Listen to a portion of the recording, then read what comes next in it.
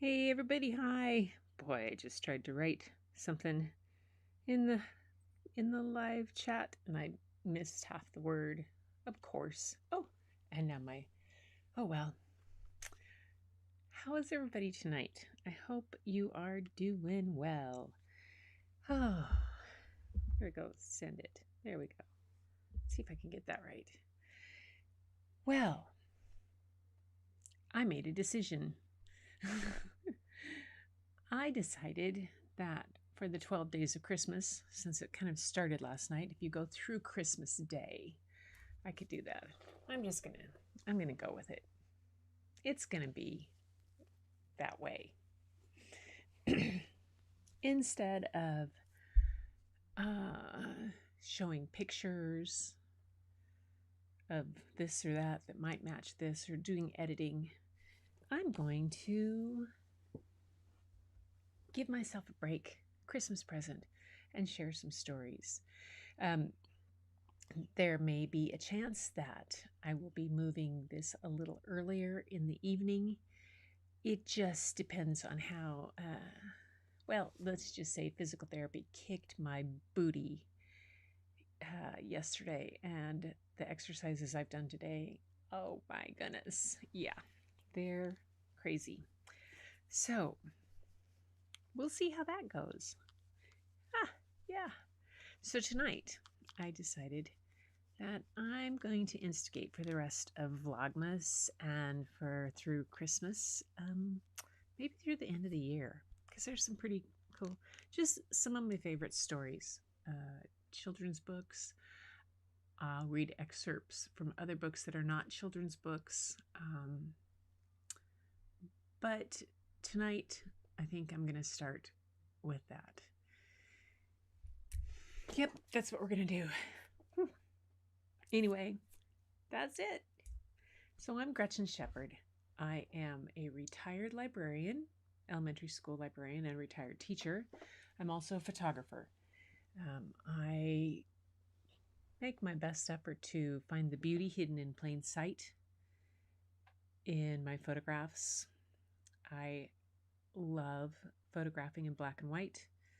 I love photographing wildlife particularly.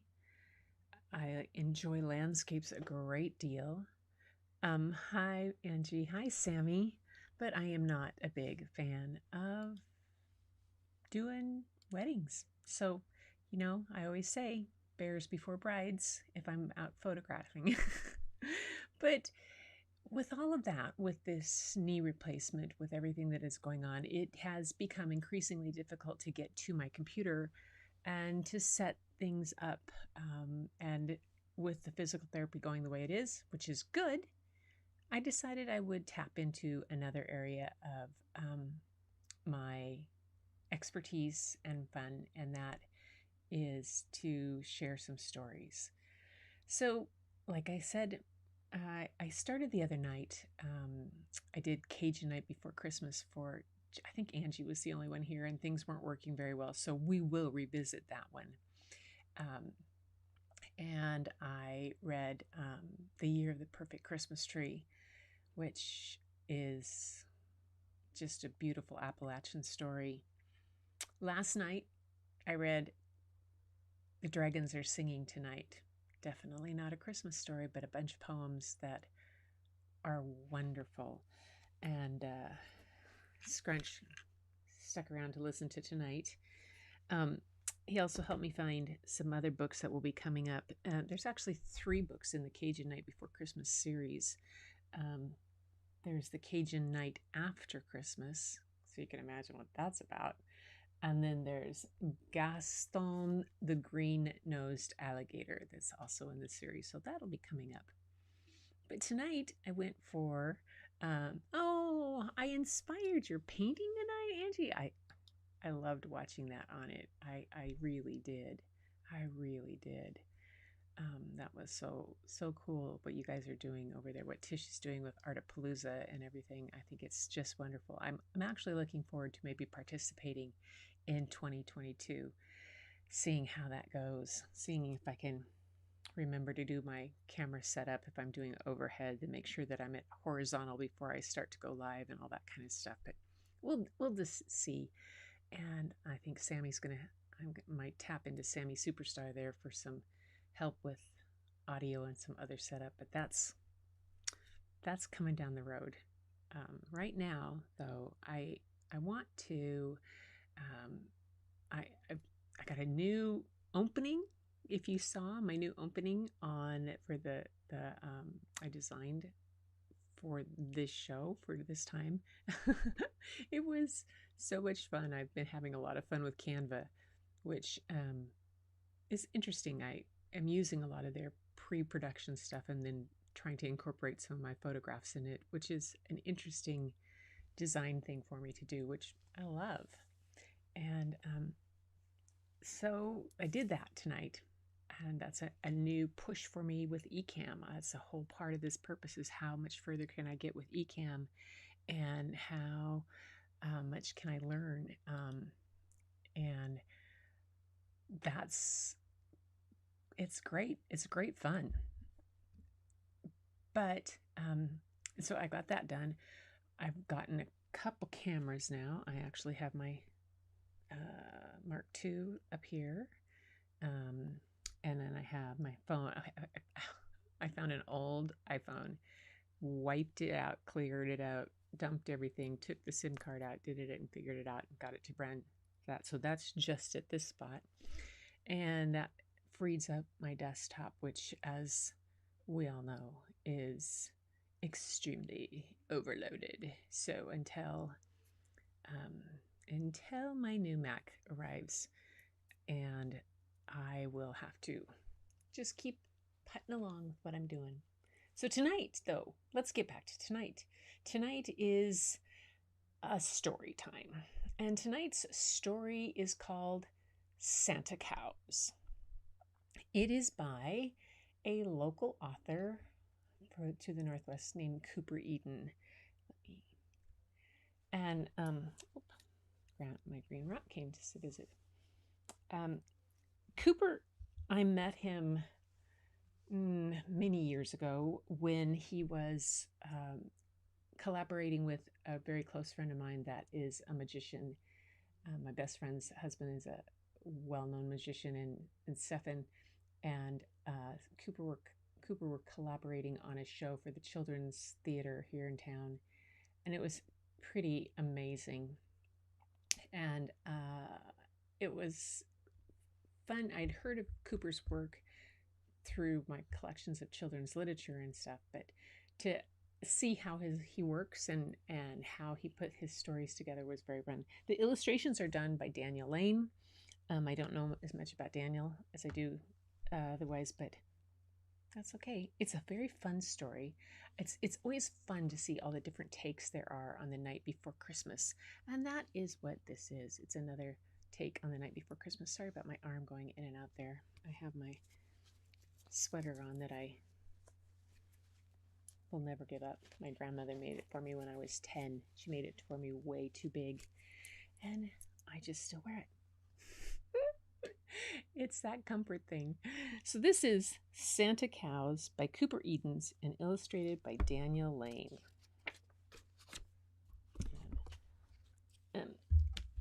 It was published, it was published by Green Tiger Press in 1991. And Green Tiger Press was a publishing company in Seattle that worked with some smaller,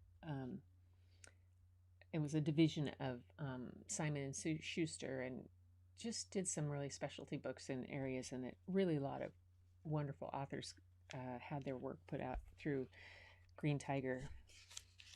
Yep, Happiness Eternal, Cooper Eden. Santa Cows. Let me move my microphone. Get the picture right there for you. There we go. 'Twas the night before Christmas, and in our duplex, the children were plugged into special effects.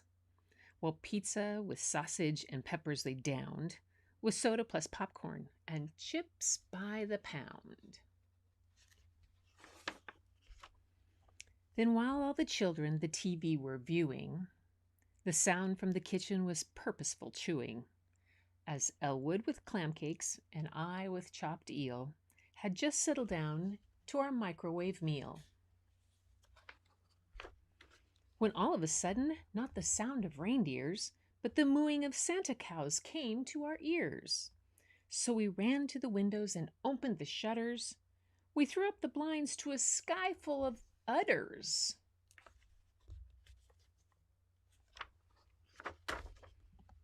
As lovely as angels, the family agreed, and Elwood, so helpful, named each by its breed. Look, kiddies, a Holstein, a brown Swiss, a Jersey, and here comes a Hereford, an Angus, a Guernsey.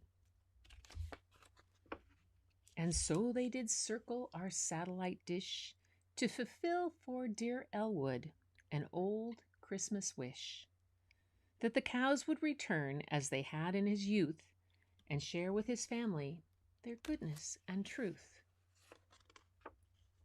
Then over our intercom we heard on the roofs the tap-dancing clatter of Santa cows' hoofs. "It's unreal," we exclaimed. "It's so strange. It's so weird." Down the chimney the Santa cows promptly appeared. Now, light as a feather, they floated around over TV and pizza with nary a sound. Then after a while they had floated enough and touched down as gently as dandelion fluff. Their eyes, like Liz Taylor's, were dewy and clear, their lips, like Liz Taylor's, so rosy and dear. As they smiled at all of us from their warm inner glow, and each of their tails was tied with a bow. They were good, they were warm, they were wise, and amen, just as Elwood had wished, they had found him again. Then they sang us some carols, all limpid and light, like Adeste Fidelis and O Holy Night.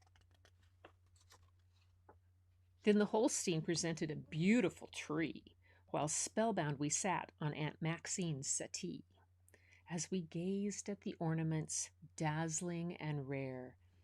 A spirit of peace and goodwill filled the air. There were bundles of something thrown over their backs. We all tried to guess what might be in those sacks. Maybe Red Hots, or gumballs, or licorice whips? Maybe squirt guns, or skateboards, or alien ships. Then each of the cows put a sack down before us. Our oohs and our ahs then rang out in a chorus. As we opened the sacks, it was not as we'd thought. It was baseballs and bats, gloves and caps that they brought.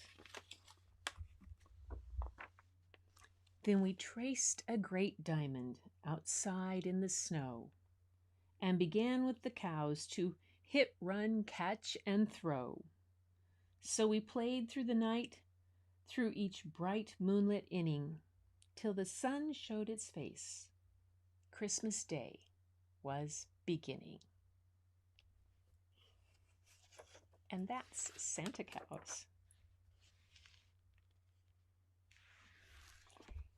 You look back to think about when it was written in 1991. Personal computers were coming more and more into our homes. Let's see, I had Apple computers in my home since Annalena was a baby. I had early ones, partially from school and whatnot, but more and more people were getting computers. There were more and more handheld games. There were more and more technology in terms of screen time. And there was this sense that there was a disconnect happening in families and whatnot, or especially around holidays. You'll see all the different screens around, and just not even the delivery man is staying. And it was Cooper's way, in some way, of this story of taking us back to some of the roots that we have of team games that we played, giving everybody not candy or stuff like that for Christmas, or skateboards or stuff, individual things, but stuff that could be part of a team. And those games that they got to play. Notice Pizza Guy is still there. I don't know how many of you have ever had families that had traditions of Thanksgiving afternoon football games outside or down at the park or wherever you got together in the backyard, or on Christmas Day. For us, especially if we had snow, which we oftentimes did, we lived on a very, there was a very steep hill on our orchard, and they would, Dad would purposely, they would not sand the hill for us during the holidays, especially if school was out. And Dad would build a bonfire up at the top of the road, and he'd get the Jeep out, 47 Willie Jeep, put the ski tow rope on the back, and sometime on Christmas Eve, throughout the holiday, whenever we were home or stuff during that time with Christmas off, there would be a sledding party, and everybody would come, be flying down the hill, and it was a big, steep, very sharp 90-degree corner at the bottom of the hill that you had to make on the sled. And if you didn't, you had to roll off, because the sled would go into this big, giant, it was a Rome apple tree, or a big cherry tree, but there was an orchard right on the other side of the snowbank.